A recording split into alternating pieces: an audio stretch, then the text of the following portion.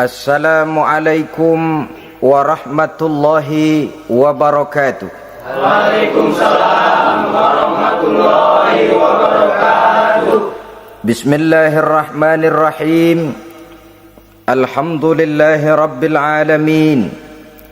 Wassalatu wassalamu ala ashrafil anbiya'i wal mursalin, Sayyidina wa maulana Muhammadin wa ala alihi wa ashabihil mujahidin at-tahirin, amma ba'du.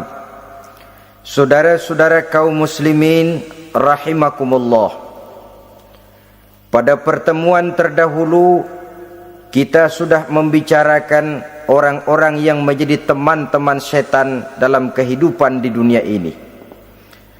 Maka pada pertemuan kali ini kita akan membicarakan tentang siapa yang menjadi musuh-musuh setan di dalam kehidupan. Dengan satu catatan, berbahagialah mereka yang menjadi musuh-musuh setan, tetapi celakalah mereka yang menjadi teman-teman setan. Bagaimanapun juga di dalam kehidupan ini, apabila orang telah memproklamirkan bendera permusuhan kepada kita, maka kita tentu seharusnya bersikap waspada dan mawas diri. Demikian juga iblis dan seluruh bala tentaranya yang terdiri daripada setan-setan. Mereka telah mengibarkan bendera permusuhan kepada Nabi Adam dan anak cucunya, kepada kita umat Rasulullah sallallahu alaihi wasallam. Akan sengsara dan celaka jika kepada iblis dan setan yang telah nyata-nyata mengibarkan bendera permusuhan itu kita mengadakan toleransi, mengadakan kerjasama, dan menjadi budak yang memperturutkan kemauan daripada iblis dan setan. Siapa yang menjadi musuh-musuh setan dalam kehidupan ini? Inilah pertanyaan berikutnya yang diajukan oleh baginda Rasul kepada iblis. Hai iblis, kalau teman-temanmu adalah seperti yang telah engkau jelaskan tadi, sekarang cobalah beritahu saya, siapa di antara umatku yang menjadi musuhmu dalam kehidupan ini? Atas pertanyaan ini iblis laknatullah menjawab, ya Rasul, musuh-musuhku di antara umatmu, pertama anta ya Muhammad. Musuhku yang pertama adalah engkau, wahai Muhammad. Kenapa iblis mencatat Nabi Muhammad sebagai tokoh nomor satu dalam deretan musuh-musuhnya? Mudah difahami. Pertama, keberadaan Rasul merupakan rahmah lil alamin, rahmah bagi lingkungan.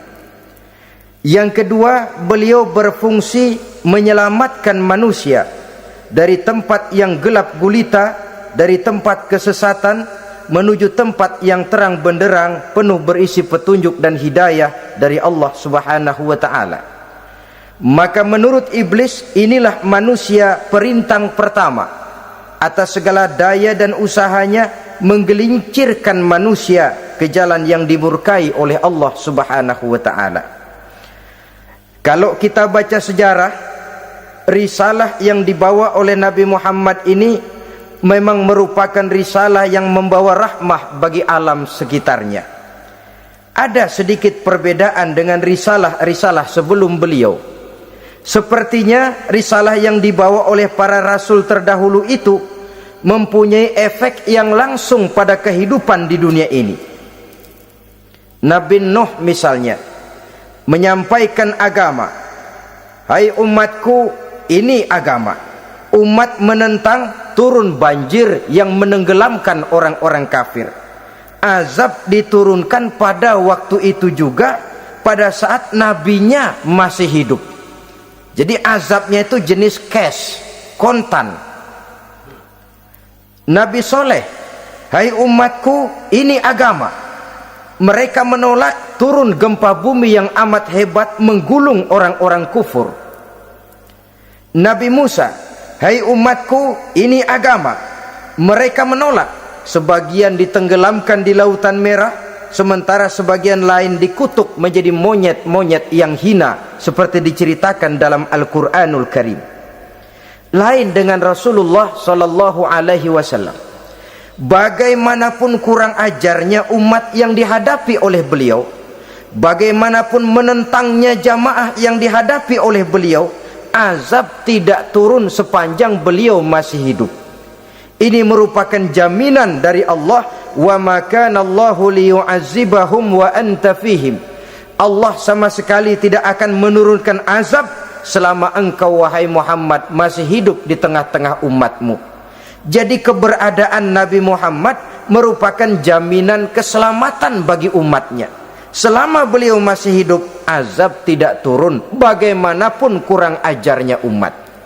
Di sini sedikit bedanya dengan nabi-nabi terdahulu. Juga perbedaan dalam pola dakwah. Nabi Nuh ketika dakwahnya ditolak oleh umat, keluar doanya meminta umatnya ditenggelamkan. Tetapi Nabi kita ketika dilontari batu oleh umat, malah beliau mendoakan umatnya agar memperoleh hidayah. Oleh sikap yang semacam ini, wajar lalu iblis menganggap Nabi Muhammad sebagai musuh ranking pertama. Yang kedua, siapa musuhmu di antara umatku? Yang kedua kata iblis, musuhku Muhammad imamun adil, pemimpin yang adil. Itu yang akan menjadi musuhku di dunia ini. Putus asa iblis menghadapi pemimpin yang adil. Tipu dayanya tidak terkena, segala tingkah polanya tidak diperturutkan. Imam yang adil, pemimpin yang adil merupakan musuh daripada iblis laknatullah alaih. Apa sebabnya? Karena pemimpin yang adil mempunyai dampak dalam kehidupan di dunia ini. Melindungi orang banyak, menenteramkan orang banyak. Makin aman, tentram, tenang situasi dan kondisi, makin mudah orang melaksanakan ibadah. Makin tekun orang melaksanakan ibadah, makin dekat dia dengan Allah. Makin dekat manusia dengan Allah, makin jauh dia dari iblis. Sebab dua hal ini selalu kontradiktif. Jika kita jauh dari Allah, tentu dekat dengan iblis. Jika kita jauh dari iblis, harus dekat tentu dengan Allah, dan begitu selanjutnya. Dalam kaitannya dengan kehidupan kita sekarang, saudara-saudara, disinilah perlunya mempersiapkan manusia. Membangun manusia itu jauh lebih sulit daripada membangun jembatan. Membangun manusia itu lebih sulit daripada membangun gedung-gedung bertingkat. Termasuk membangun dan mempersiapkan calon-calon pemimpin yang adil di masa yang akan datang. Membangun jembatan penting, tapi lebih penting daripada membangun jembatan adalah membangun manusia yang bikin jembatan. Sebab kalau manusia yang bikin jembatan tidak dibangun lebih dahulu, saya khawatir jembatannya nanti habis dimakan oleh yang bangun jembatan. Mengaspal jalan raya penting. Lebih penting dari mengaspal jalan raya, membangun manusia yang mengaspal jalan itu.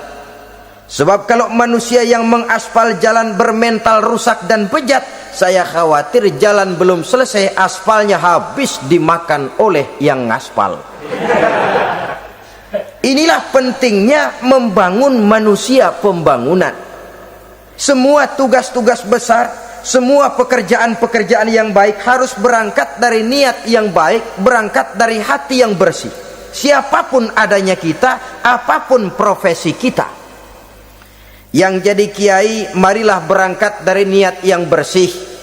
Yang jadi mubaligh, marilah berangkat dari niat yang bersih. Niatnya itu mau menghidupkan Islam atau mau cari hidup jual Islam. Kalau mau menghidupkan Islam, mari sama-sama kita berjuang. Tapi kalau mau cari hidup untuk dengan menjual Islam, minggir saja daripada nanti bikin malu. Yang mengurus masjid, mari berangkat dari niat yang bersih. Ngurus masjid itu niatnya mau menghidupkan masjid atau mau cari hidup di dalam masjid. Kalau mau menghidupkan masjid, mari. Tapi kalau mau mencari hidup di dalam masjid, tolong minggir saja daripada nanti bikin aib. Yang jadi orang alim, mari berangkat dari niat yang bersih. Jangan memperjualbelikan fatwa, yang halal dikatakan haram, yang haram jadi samar-samar, nanti membingungkan umat. Berangkat dari niat yang bersih, membangun manusia, pembangunan. Ini barangkali istilah yang lebih kena. Saudara-saudara kaum muslimin rahimakumullah, setiap kita pada hakikatnya punya bakat secara fitrah yang kita bawa. Bakat apapun kita ini punya. Saudara punya bakat jadi pemimpin, saudara pun punya bakat jadi pengkhianat. Saudara punya bakat jadi orang soleh, saudara juga punya bakat jadi orang salah. Saudara punya bakat jadi orang besar, saudara pun punya bakat jadi orang hina. Seluruh bakat ada di dalam diri kita. Tinggal nanti pertumbuhannya mana yang lebih subur. Saudara punya sifat berani, saudara pun punya sifat takut. Seberani-beraninya orang mesti ada sifat takutnya. Nanti mana yang tumbuh lebih subur? Kalau takutnya tumbuh lebih subur, dia akan jadi orang penakut. Kalau beraninya yang tumbuh lebih subur, dipupuk oleh lingkungan, pendidikan dan sebagainya, dia akan tumbuh jadi orang pemberani. Oleh karena itu, agama merupakan lingkungan yang subur untuk menumbuhkan benih-benih yang baik yang kita bawa bersamaan dengan lahirnya kita ke alam dunia ini. Setiap kita, saya, saudara, punya bakat jadi pemimpin, punya bakat jadi pengkhianat, punya bakat jadi pengabdi, punya bakat jadi koruptor, punya bakat jadi pemelihara, punya bakat jadi perusak. Tinggal nanti lingkungan, pendidikan yang menumbuhkan mana yang tumbuh lebih subur. Kalau lingkungan saudara lingkungan maling, maka sifat pengkhianat akan tumbuh lebih subur. Kalau nanti saudara jadi pemimpin, insya Allah korupsi. Lingkungan yang menumbuhkan sifat mengabdi, sifat berbuat tanpa pamrih, dikalahkan oleh sifat pengkhianat dan korupsi itu yang dibentuk oleh lingkungan, pendidikan, pengalaman dan sebagainya. Oleh karena itu, secara dini agama menanamkan, menyuburkan fitrah-fitrah yang baik yang kita bawa bersamaan dengan hadirnya kita dalam kehidupan ini. Sebab itu seorang penyair bernama Syauqi mengatakan dalam sebaik syairnya, waladatka ummuka ya ibna adam bakian wan nasu haulaka yadhakuna surura. Hai manusia, pada saat kamu dilahirkan kamu menangis dan orang lain di sekelilingmu ketawa. Kakek senyum dapat cucu baru, paman gembira dapat keponakan baru, sementara kita yang lahir menangis. Betul apa benar? Apa ada saudara yang begitu dilahirkan terus nyengir? Saya kira kabur dukunnya itu. Setiap kamu hai manusia lahir dalam keadaan menangis, orang sekelilingmu tertawa.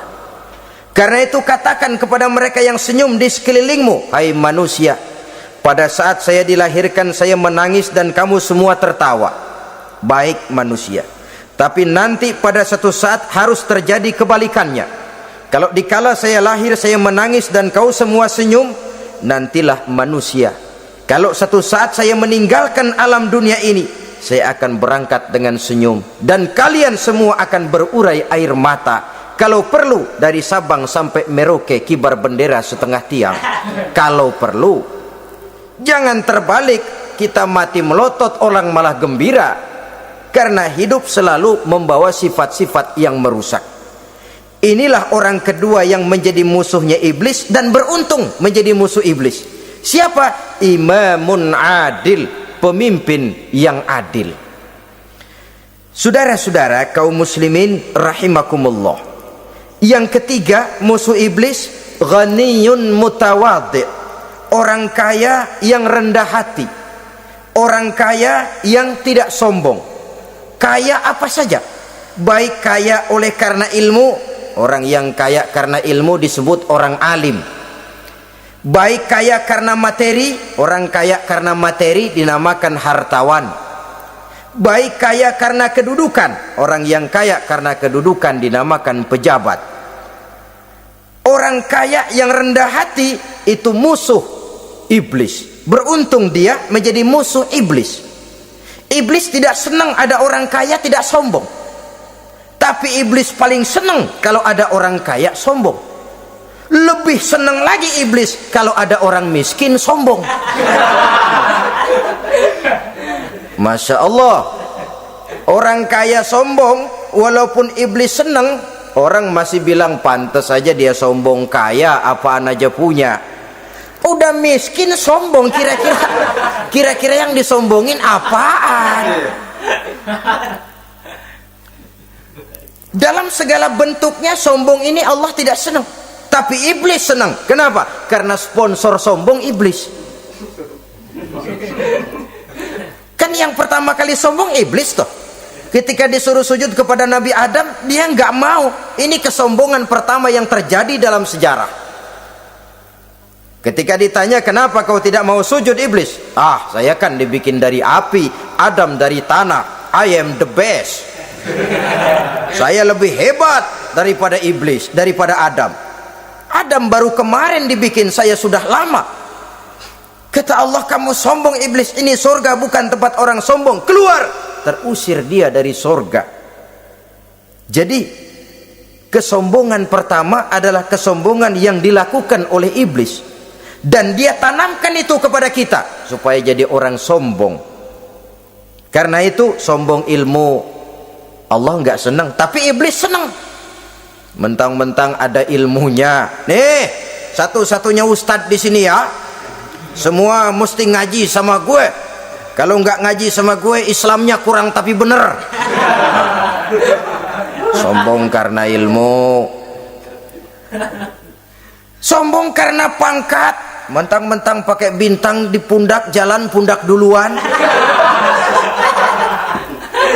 Yang wajar saja hidup ini. Sombong harta pun begitu. Kaum muslimin rahimakumullah. Orang kaya yang rendah hati dimusuhi oleh iblis, tapi dicintai Allah, dicintai Rasul, dicintai malaikat. Caranya bagaimana? Kembali kepada satu kesadaran bahwa pada saat terlahir ke alam dunia ini tidak ada yang pernah kita bawa. Kalau sekarang kita punya rumah, punya kebun, punya kendaraan, punya pabrik, punya segala macam benda, apa itu? Titipan. Pada suatu saat akan diambil kembali oleh yang menitipnya. Kalau titipan itu pandai kita jaga, pandai kita syukuri, titipan akan makin banyak. Sama juga kita dalam kehidupan. Kalau orang bisa kita percaya, saya mau pergi ke luar negeri, rumah saya titip kepada tetangga.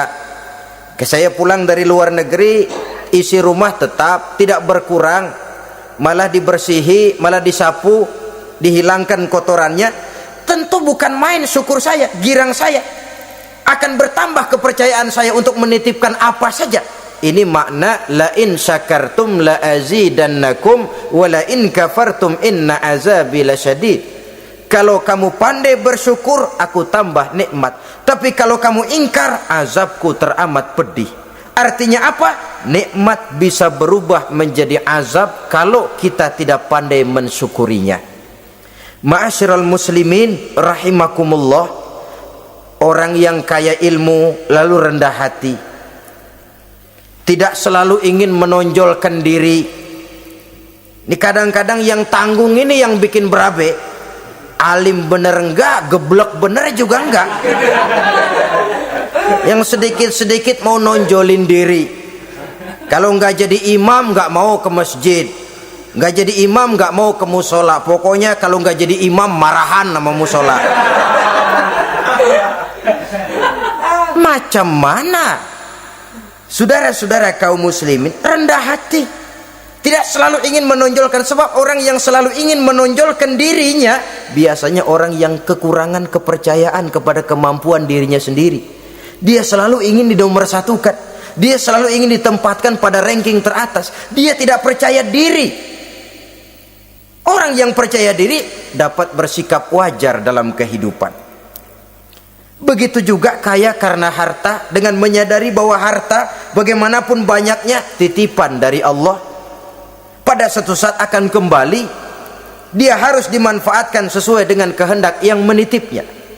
Begitu juga kaya oleh karena pangkat, kedudukan, dan jabatan. Pada suatu saat jabatan itu akan hilang dari diri kita. Karenanya sering saya jelaskan bahwa pangkat di dunia ini yang paling tinggi pensiun. Titel yang paling akhir almarhum. Saudara setuju atau tidak, titel itu akan saudara dapat. Bagaimanapun kita cinta kepada pangkat, kedudukan, entah pada akhirnya suatu saat akan sampai kepada posisi yang namanya pensiun.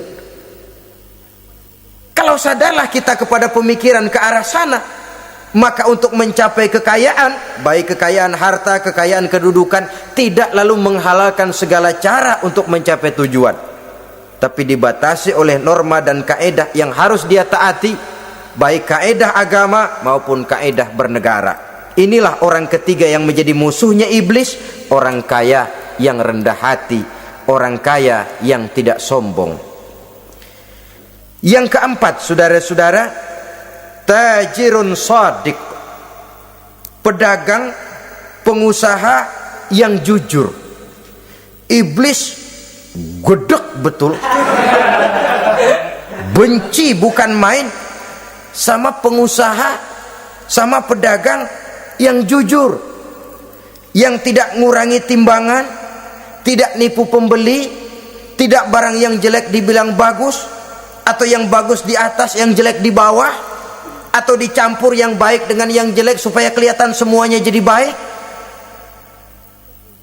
Semua orang ingin untung, tidak ada kecuali siapapun orangnya, dan itu wajar. Setiap manusia ingin mendapat keuntungan, kalau perlu dengan modal minimal mencapai keuntungan maksimal, seperti yang diajarkan oleh teori ekonomi.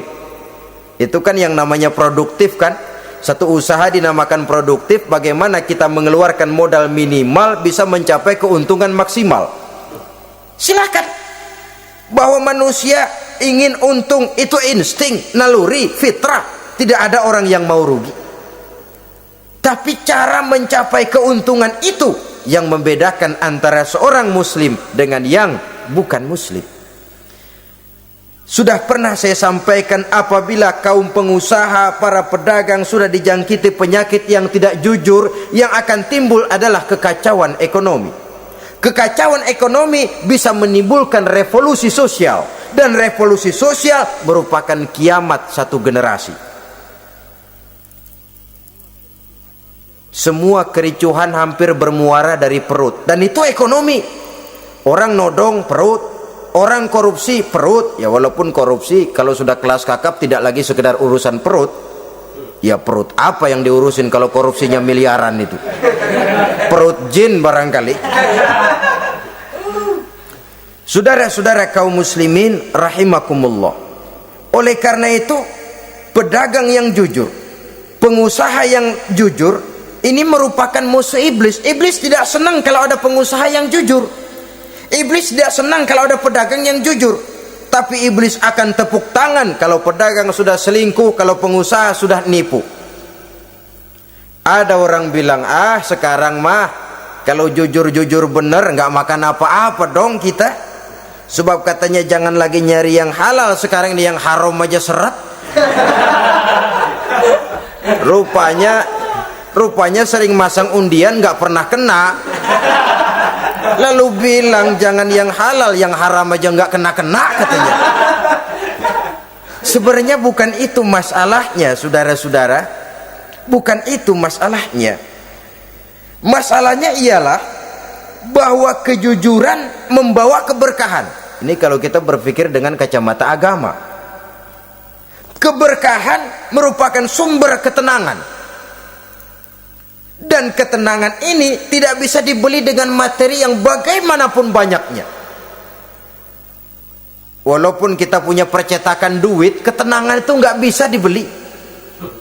Jangankan cuma punya duit banyak, percetakan duit saudara punya, mau membeli ketenangan yang berasal dari keberkahan, sulit. Jadi kejujuran membawa keberkahan, keberkahan membawa ketenangan. Jangan macam dulu tukang sol sepatu, ditanya oleh temannya, "Bang, ngesol satu hari dapat berapa?" 200 rupiah. Sembayang enggak? Enggak. Islam? Islam, kalau Islam mah. Kata temannya, "Sembayang dah, kali aja besok dapat rezeki lebih banyak." Yang benar, iya, sebab kalau orang sholat itu Allah dekat, nanti rezekinya ditambah. Beneran? Bener. Subuh sembayang dia, habis sembayang sarapan berangkat ke tempat dia ngesol, mangkal. Dari pagi sampai jam 11 belum ada juga yang ngesol. Mulai bimbang hatinya. Katanya kalau sembayang rezeki tambah, tadi sembayang subuh sampai gini hari belum ada yang ngesol. Cobaan kali, sabar. Datang sholat zohor, habis zohor nunggu lagi, belum juga ada yang datang ngesol. Udah mau pulang hampir maghrib, baru datang satu orang dandanin sendal jepit putus.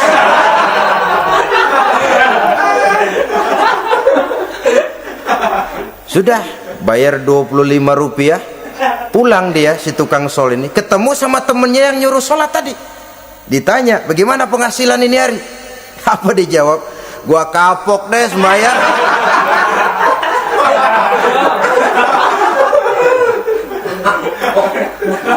Kemarin nggak sembahyang dapat 200, sekarang begitu sembahyang jigo.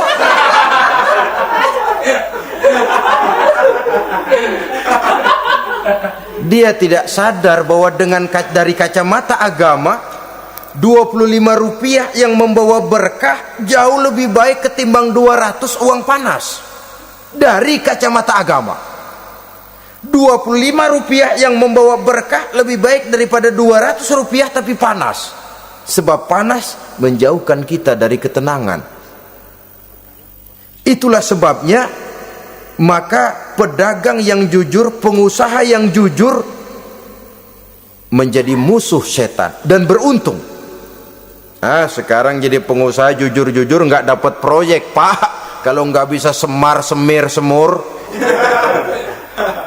Padahal agama sudah menjelaskan ar-rashi wal murtashi finnar. Orang yang nyogok dan orang yang disogok dua-duanya neraka. Kenapa? Join termasuk ta'awanu 'alal ismi wal udwan.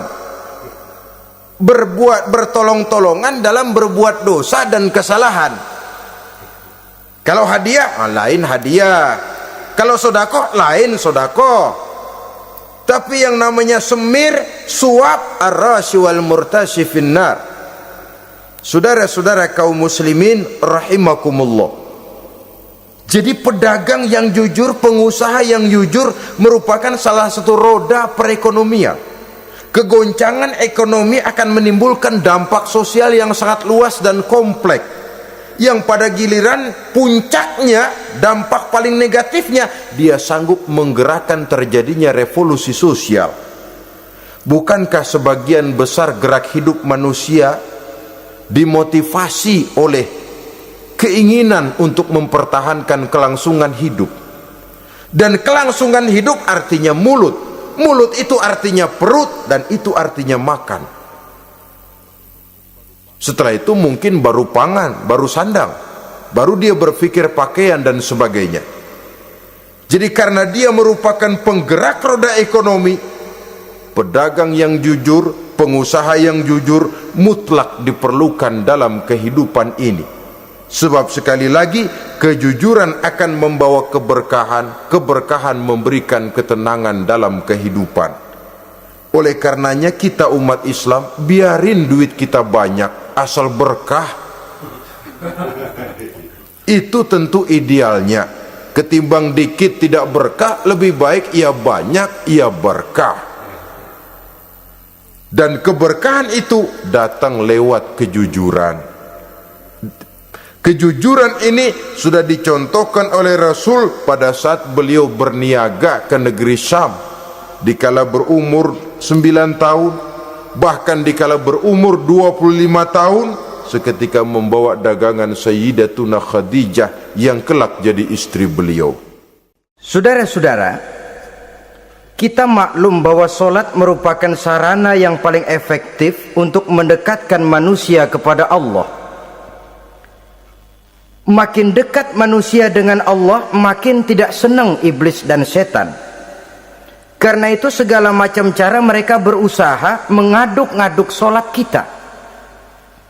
Dan sesungguhnya jikalau kita mengerjakan solat, itu kan targetnya cuma 2. Pertama, agar solat kita itu sah.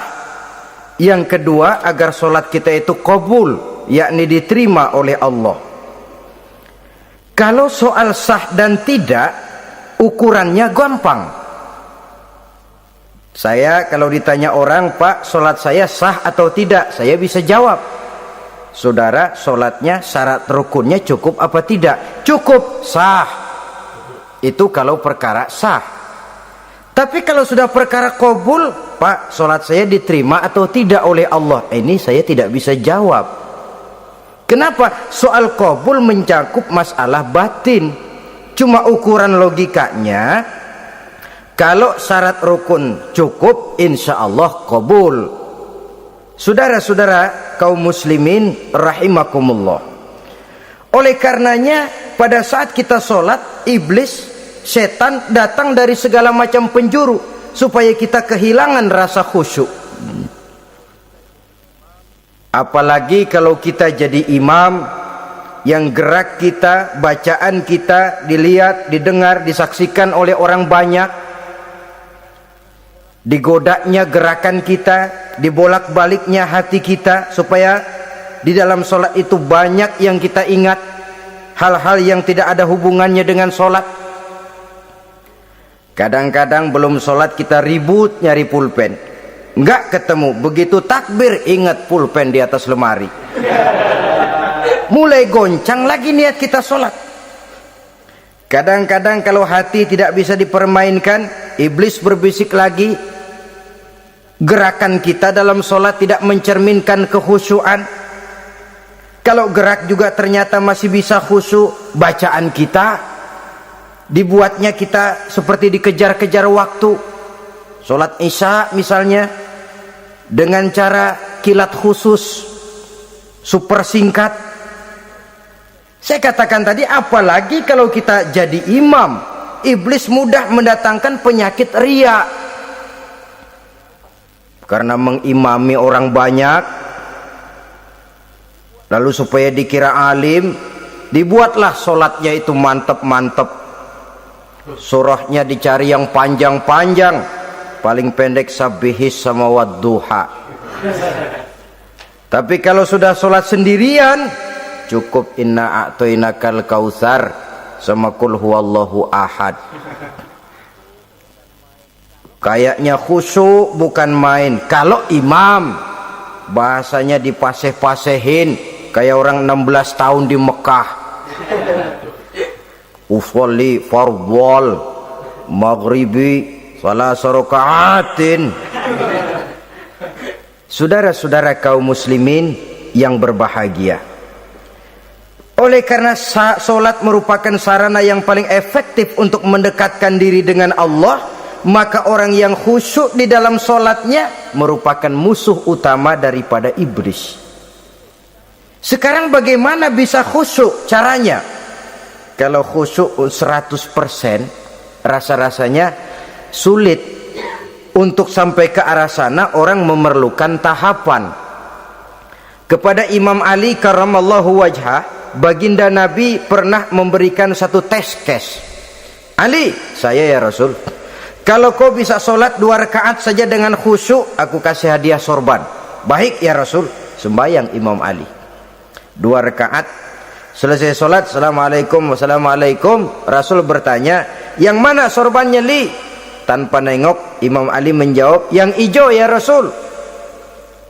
Setelah menjawab yang hijau, Rasul berkata, kamu tidak khusyuk Li. Kenapa? Soalnya tadi waktu sembahyang mikirin, nanti kalau ditawarin sorban pilih yang hijau aja ah. Sehingga begitu ditanya refleks menjawab, yang mana li? Yang hijau saja ya Rasul.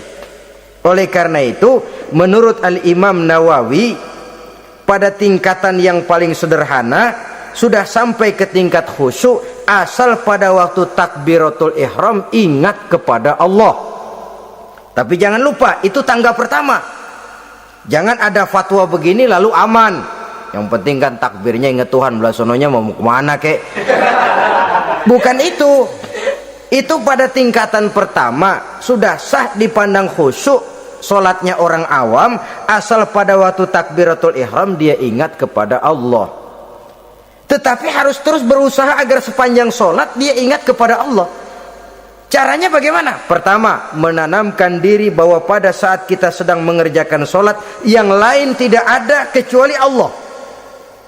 Yang kedua, berusaha memahami apa yang kita baca, sehingga pada saat kita sujud subhana rabbiyal a'la wa bihamdi, terbayang kemahasucian Allah, kemahatinggian Allah, sehingga hati tidak mengembara, mulut berucap, hati mengikuti apa yang diucapkan.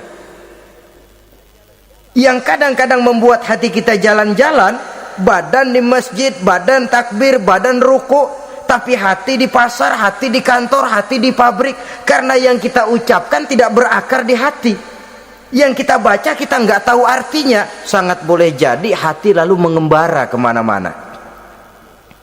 Jadi untuk menopang kekhusyuan ini, cara yang paling efektif, pertama, tidak ada yang lain pada waktu kita sholat kecuali Allah. Yang kedua, berusaha memahami apa yang kita baca. Dikala kita sujud dikala kita duduk di antara dua sujud, Rabbighfirli, ya Allah ampuni dosa saya, warhamni, kasihani saya, dan selanjutnya. Mulut membaca, hati mengikuti. Dengan mengikuti, hati tidak terlalu mengembara, ada tempat dia kembali. Saudara-saudara kaum muslimin rahimakumullah. Itu yang kelima. Yang keenam, yang menjadi musuh iblis, mukminun nasih, orang mukmin yang suka memberikan nasihat, orang mukmin yang suka memberikan petunjuk, termasuk juru-juru dakwah, para mubaligh, itu merupakan musuh utama iblis. Kenapa? Tiap hari iblis kampanye, tiap hari iblis mengajak dengan segala macam cara yang kalau perlu dia berikan kamuflase, dia berikan fata morgana, kalau perlu yang haram dia bungkus dengan merek halal, kalau perlu kejahatan dia bungkus dengan baju kebajikan. Istilahnya racun diberi merek madu. Dan itu wajar. Cuma kita tentu harus punya filter, daya saring positif agar tidak salah pilih. Karena iblis ini pintar betul. Kalau kita khusyuk dalam sholat, dia tanamkan kepada kita misalnya seperti tadi itu, sholatmu memang hebat, khusyuk, di kampung ini tidak ada orang yang sholatnya seperti kamu. Tertanam itu dalam hati kita, timbul ujub. Akhirnya iya, gue lihat-lihat di kampus ini kagak ada yang sembayangnya kayak gua. Nah, sudah masuk iblis. Jadi dia pandai mengikuti gerak hati dan irama denyut jantung manusia ini. Kemana kecenderungan manusia, ke situ dia masuk. Pendeknya iblis itu ibarat tukang joget, dia ngerti bener irama kendang. Saudara-saudara kaum muslimin rahimakumullah, termasuk juru-juru dakwah, para mubaligh, orang yang suka memberikan nasihat ini, mereka memberikan filter kepada umat, kepada jamaah, jangan sampai salah pilih. Dan iblis menyesatkan kita supaya kita salah pilih. Satu contoh ringan, kalau di depan saudara ada dua buah gelas, yang segelas isinya jamu, yang segelas sirup, kira-kira saudara minum yang mana? Jamu. Jamu apa sirup? Jamu. Sirup apa jamu? Jamu. Orang yang pikirannya panjang dia pasti minum jamu. Pahit memang, getir memang, tapi besok badan sehat, tenaga kuat, gairah kerja ada, kreativitas timbul, semangat menghadapi kehidupan tumbuh. Orang mukmin orang yang berpandangan jauh ke depan, pandangannya panjang. Panjang kemana? Tidak cuma ke dunia, sampai juga dia memandang ke alam barzakh, ke akhirat. Sholat itu jamu, pahit. Ngaji, hadir di majelis taklim itu jamu, pahit. Sedekah jamu, pahit. Mengeluarkan uang untuk kepentingan orang lain, enak aja minta sumbangan, datang-datang yang nyari peres keringat banding tulang gue, lu datang-datang mau minta. Yang enak ngumpulin harta lalu bakhil bin pelit alias medit. Itu jamu. Saudara hadirin yang saya muliakan, sedekah jamu, pahit. Puasa jamu, pahit. Jihad jamu, pahit. Tapi nanti begitu kita meninggalkan dunia, masuk ke alam barzakh, apalagi pindah ke akhirat, baru terasa, aduh, nikmatnya dulu kemarin itu minum jamu, sekarang badan sehat, tenaga kuat, kerja semangat. Nikmatnya dulu saya waktu di dunia sholat, rajin ngaji, suka sodako, suka menolong orang. Sekarang terasa manfaatnya begitu saya berada di alam barzakh, apalagi sudah dibangkitkan di padang mahsyar di akhirat nanti, terasa seluruh kebajikan yang saya kerjakan. Nah, orang yang berpikir jangka pendek cuma ngelihat yang ada di depan hidungnya saja, ngapain minum jamu getir, sirup nih manis, dia minum, dia ambil sirup minum, manis memang pada waktu minum, tapi besok bibir jontor. Meninggalkan perintah Allah, sirup itu manis. Tidak sholat, manis. Tidak bayar zakat, sirup manis. Tidak mau puasa, sirup manis. Manis sekarang. Tapi nanti besok begitu masuk ke alam barzakh, begitu dibangkitkan di padang mahsyar di akhirat nanti, merintih kita menahan penyesalan yang sudah tidak ada artinya lagi. Sampai-sampai penduduk mahsyar itu ada yang berkata, diceritakan dalam Quran, ya laitani kuntu turaba, wahai celaka, kenapa kita enggak jadi tanah saja. Menyesali kejadiannya. Andai kata mereka bisa kembali ke hidup di dunia lagi, mereka akan minta kejadian yang kedua untuk berbuat baik. Tapi tentu sudah penyesalan yang tidak ada gunanya lagi. Maka saudara-saudara, emang cuman jalan duluan kecebur di sumur yang nyesel duluan. Ada orang jalan yang paling depan kecebur di sumur, itu tuh gue nyesel duluan katanya. Nyesel duluan. Yang lain mesti nyeselnya belakangan. Saudara hadirin yang saya muliakan, nah, orang yang suka memberikan nasihat kepada orang lain dimusuhi iblis. Kenapa? Tentu nasihat yang membawa kebaikan. Iblis nggak senang betul itu. Kita nasihatin teman, udah berhenti dah, jangan pada mabok lagi. Iblis gergetan bener. Ini orang dilarang lagi. Kita nasihati teman, udah jangan masang-masang lagi dah, nggak bakalan kena, dikebohongin.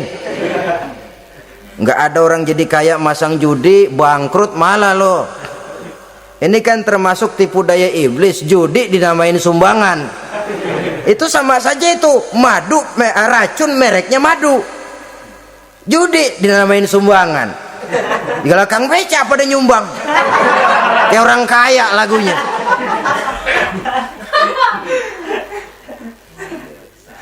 Saudara-saudara kaum muslimin rahimakumullah, adalah kewajiban kita memang untuk tawasau bil haq, saling nasihat menasihati. Setiap kita juru dakwah, setiap kita wajib menyampaikan apa yang sudah kita tahu kepada orang yang belum atau kurang tahu.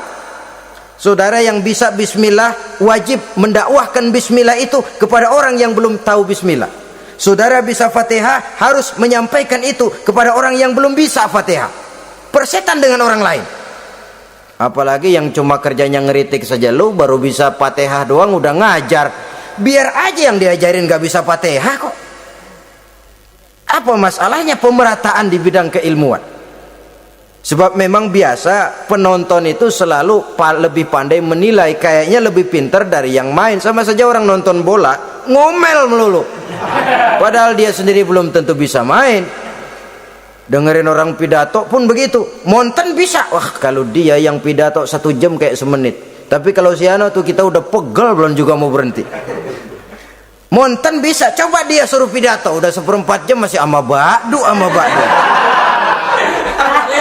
Apa mau dibilang ama ba'du?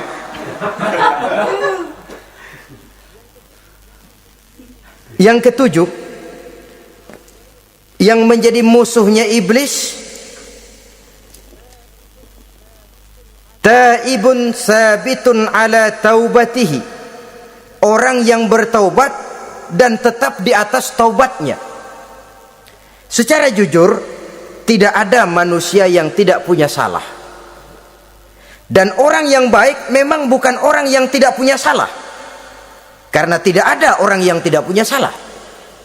Orang yang baik adalah orang yang apabila melakukan kesalahan dia segera sadar, dijadikannya itu sebagai pelajaran untuk tidak diulanginya lagi pada masa yang akan datang. Biasanya kita menghakimi orang pintar, kita nggak merasa bahwa kita juga punya kesalahan. Kalau kita ngelihat maling ayam kita teriak, padahal kita nyolong kambing. Lebih besar dari si maling ayam, merasa diri lebih benar dari yang lain, padahal kita lebih kotor dan lebih jelek. Hilang sifat introspeksinya.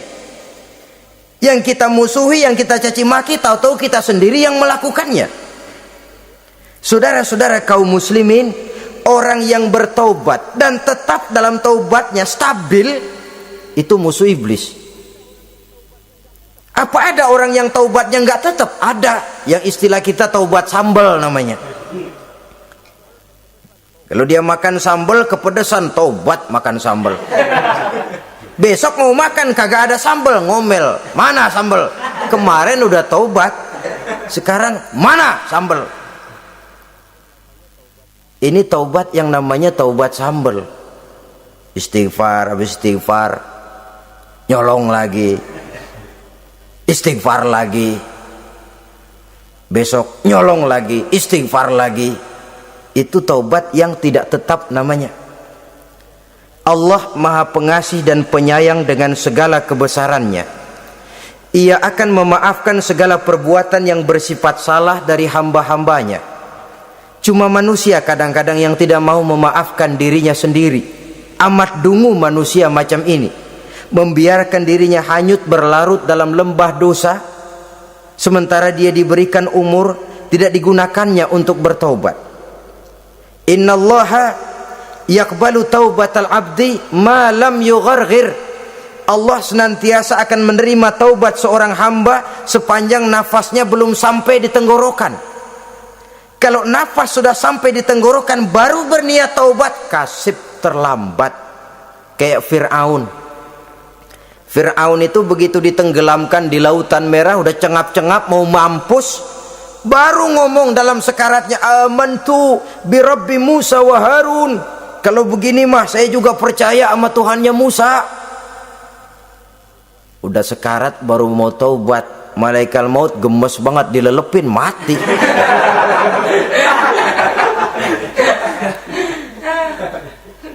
Nah, kepada adik-adik remaja, biasanya kalau sudah bicara taubat, pikiran kita, taubat mau urusan 70 tahun ke atas, kita masih lama ini. Sebenarnya tidak. Masalah taubat adalah masalah salah dan dosa. Masalah salah dan dosa adalah masalah manusia. Sejak dia akil balik sampai ajal datang berenggut nyawa. Hidup ini tidak selalu berjalan mulus. Hidup ini tidak selalu berjalan di atas kertas putih. Kadang kita tersilap, kadang kita tersalah, kadang situasi dan kondisi menyebabkan kita berbuat lain dari yang seharusnya. Itu kehidupan, silih berganti. Oleh karenanya pesan Nabi, wa'at bi'is sayyi'atal hasanah, perbuatan salah ikuti dengan kebajikan, dosa iringi dengan taubat. Jangan nunggu, saya untuk taubat takut nanti bikin lagi. Nah, ini namanya punya harapan mau bikin lagi. Nanti aja dah kalau tua-tuaan. Saudara, kalau dosa itu ditumpuk, itu sama saja kotoran yang menodai hati. Kalau kotoran nggak rajin kita bersihin, dia akan berkarat. Dan kalau sudah berkarat, sudah sulit untuk dibersihkan. Itu makna ungkapan Imamul Ghazali, hati manusia sebening kaca. Lapisan dosa yang dia kerjakan adalah debu yang menutupi jernihnya kaca. Orang yang bersih dari dosa, dekat dengan Allah, hatinya jernih seperti kaca. Dari hati yang jernih, radarnya kontak kepada Allah. Sinyalnya nyambung channelnya itu. Getarannya hebat. Wajar kalau lalu dia bisa tahu apa yang besok akan terjadi. Diberitahu oleh Allah. Yang namanya ilmu laduni itu. Ilmu yang ditransfer langsung oleh Allah. Karena kebersihan hatinya. Ah, mana ada orang nggak belajar bisa pinter. Iya, kalau hatinya butek emang nggak ada. Tapi kalau Allah mau berberangkat dari hati yang bersih, yang kontaknya nyambung kepada Allah, hati itu seperti kaca, kata Imam Ghazali. Dosa yang kita lakukan adalah debu. Kalau debu sedikit datang kita lap, datang lagi kita bersihin, datang lagi kita bersihin, insya Allah nggak sampai jadi noda di atas kaca itu. Tapi kalau nunggu debu itu sampai bertumpuk, besok aja ngelapnya dah, besok aja ngebersihinnya, bertumpuk dia, sulit membersihkannya. Walaupun kena, nodanya tentu tertinggal di atas kaca itu. Karena itu dalam kehidupan remaja misalnya, pemuda misalnya, kita tidak bisa menolak mode, tidak bisa menolak musim. Modenya disco, disco, modenya breakdance, breakdance, modenya joget, joget, modenya jaipongan, jaipongan. Mode pada waktunya habis, ya habis. Tapi bagaimanapun dia akan punya dampak, memberikan bekas dalam membentuk kepribadian. Dan ini efek yang tidak kita inginkan. Efeknya bukan modenya itu. Jadi oleh karenanya saudara-saudara, masalah taubat bukan masalah 70 tahun ke atas, tapi masalah manusia sejak dia akil balik sampai ajal datang merenggut nyawa. Sepanjang nafas belum sampai di kerongkongan, Allah akan menerima taubat seorang hamba. Bahkan dalam hadis qudsi Allah menyatakan, lau amiltumul khotoya hatta mala'atis sama thumma nadimtum fataballahu alaikum. Kalaupun kamu berbuat dosa sampai penuh langit dengan dosamu, kemudian kamu bertaubat dan menyesal, Allah pasti akan menerima taubatmu. Jadi orang yang taubat dengan sebenarnya dan tetap dalam taubatnya, itu musuh iblis. Tapi orang yang taubatnya angin-anginan, iblis demen banget. Hari sembahyang, besok mabok, besoknya lagi nyolong, besoknya lagi zina, besok taubat lagi. Kata iblis, surak, iya lu gocet dah Tuhan.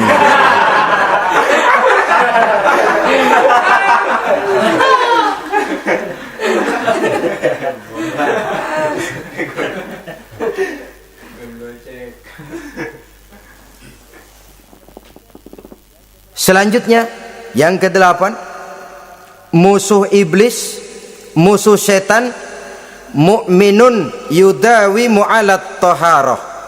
Orang mukmin yang membiasakan diri selalu dalam keadaan bersuci, baik dari hadas kecil, lebih-lebih dari hadas besar. Wudu utamanya memang untuk sholat, tapi membiasakan wudu dalam kehidupan sangat baik sekali. Mau ke kantor wudu dulu, mau ke pasar wudu dulu, mau ngajar wudu dulu. Apa sebabnya? Karena dalam keadaan suci, orang ada sikap memelihara kesuciannya. Kalau kita naik PPD pagi-pagi gelantungan, kalau punya wudu, hati-hati kesenggol perempuan juga sayang sama wudu.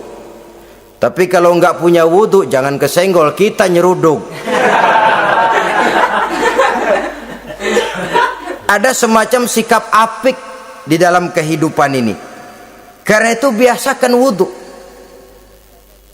untuk menjaga kebersihan diri, kebersihan zahir, kebersihan batin, belum lagi kemanfaatan di akhirat.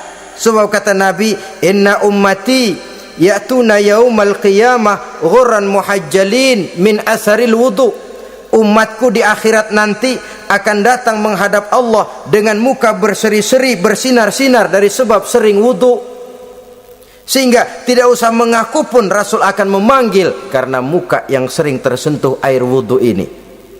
Mu'minun yudawimu alat toharoh. Orang mukmin yang selalu membiasakan diri berada dalam keadaan suci, berwudu.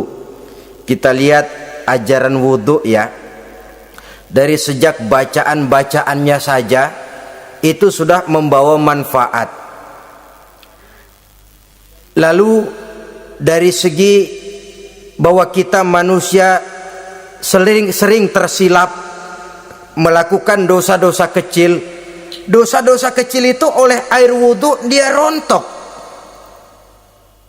Tangan kita suka colak-colek pada saat membasuh dua tangan. Allahumma inni as'alukal yumna wal barakah wa a'udzubika minasyu'mi wal halakah. Dosa yang ada di tangan itu rontok. Mata kita suka pelatat-pelotot, nggak karu-karuan pada saat membasuh muka. Nawaitu raf'al hadasil asghar. Dosa yang ada di mata rontok. Dari segi pembersihan batin. Belum lagi dari segi pembersihan zahir. Sehari semalam kalau 5 kali saja kita terkena air wudhu, itu sudah menjaga kesehatan dan kebersihan. Saudara-saudara kaum muslimin rahimakumullah. Yang kesembilan, orang yang menjadi musuh iblis yaitu mutawarra'un anil haram. Orang yang memelihara diri dari yang diharamkan oleh Allah. Terpelihara dirinya, terpelihara yang dimakannya, yang diminumnya dari jenis-jenis yang haram, baik sedikit maupun banyak. Jangan cuma teriak haram waktu sedikit tapi giliran banyak halal. Sama saja orang dikasih tahu, itu ada cerita anak-anak, Pak Haji punya anak main judi, dikasih tahu, Pak, anak bapak main judi, astagfirullah katanya. Tapi menang Pak, alhamdulillah.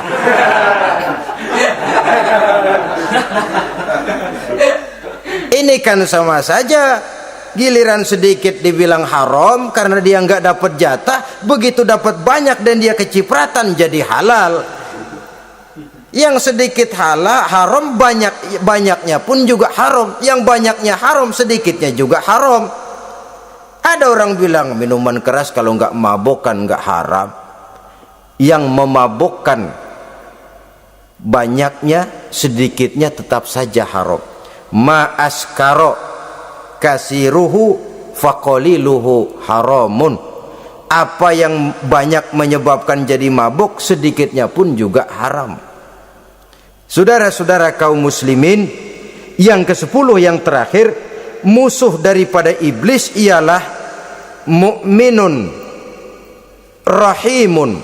Orang mukmin yang berhati pengasih, orang mukmin yang suka menyambung silaturahmi, orang mukmin yang tidak suka bertengkar, orang mukmin yang tidak suka marah-marahan. Kalaupun terpaksa marah, tidak lebih daripada 3 hari. Jadi boleh saja marah kalau alasannya tepat, tapi nggak lebih dari 3 hari. Kalau perlu bikin perjanjian, kita marah ya 3 hari. Itu limit. Tidak halal kata Nabi bagi seorang muslim menjauhi saudaranya lebih dari 3 hari. Tidak halal itu artinya haram. Kita ini kadang-kadang kalau sudah marahan sama tetangga kah, sama teman kah, kadang-kadang suka berlaku perpanjangan waktu. Tidak cukup perpanjangan waktu, ditambah lagi perpanjangan generasi. Enggak cukup kita yang marah, orang lain kita sundut-sundut supaya ngikut marah lagi. Marah pakai ngundang. Kayak mafia lagunya, udah dia marah, orang lain lagi disuruh marah. Saudara hadirin yang saya muliakan, mukmin yang punya sifat belas kasih, berhati jernih, itu musuh utama dari iblis. Tapi mukmin yang suka marah-marahan, tukang hasut dan tukang bakar, itu teman-teman iblis. Oleh karena itu, mudah-mudahan kita semua menjadi musuh iblis, dan jangan menjadi musuh iblis, jangan menjadi teman iblis. Sebab iblis sudah kadang memproklamirkan permusuhan. Sekali dia musuh kita, selamanya dia akan tetap menjadi musuh kita. Berusahalah untuk menjadi musuh iblis, dan jangan sekali-kali toleransi. Jangan berusaha menjadi teman iblis. Inilah yang kita bicarakan pada pertemuan ini. Mudah-mudahan ada manfaatnya. Terima kasih atas segala perhatian. Mohon maaf atas segala kekurangan. Wassalamualaikum warahmatullahi wabarakatuh. Waalaikumsalam warahmatullahi wabarakatuh.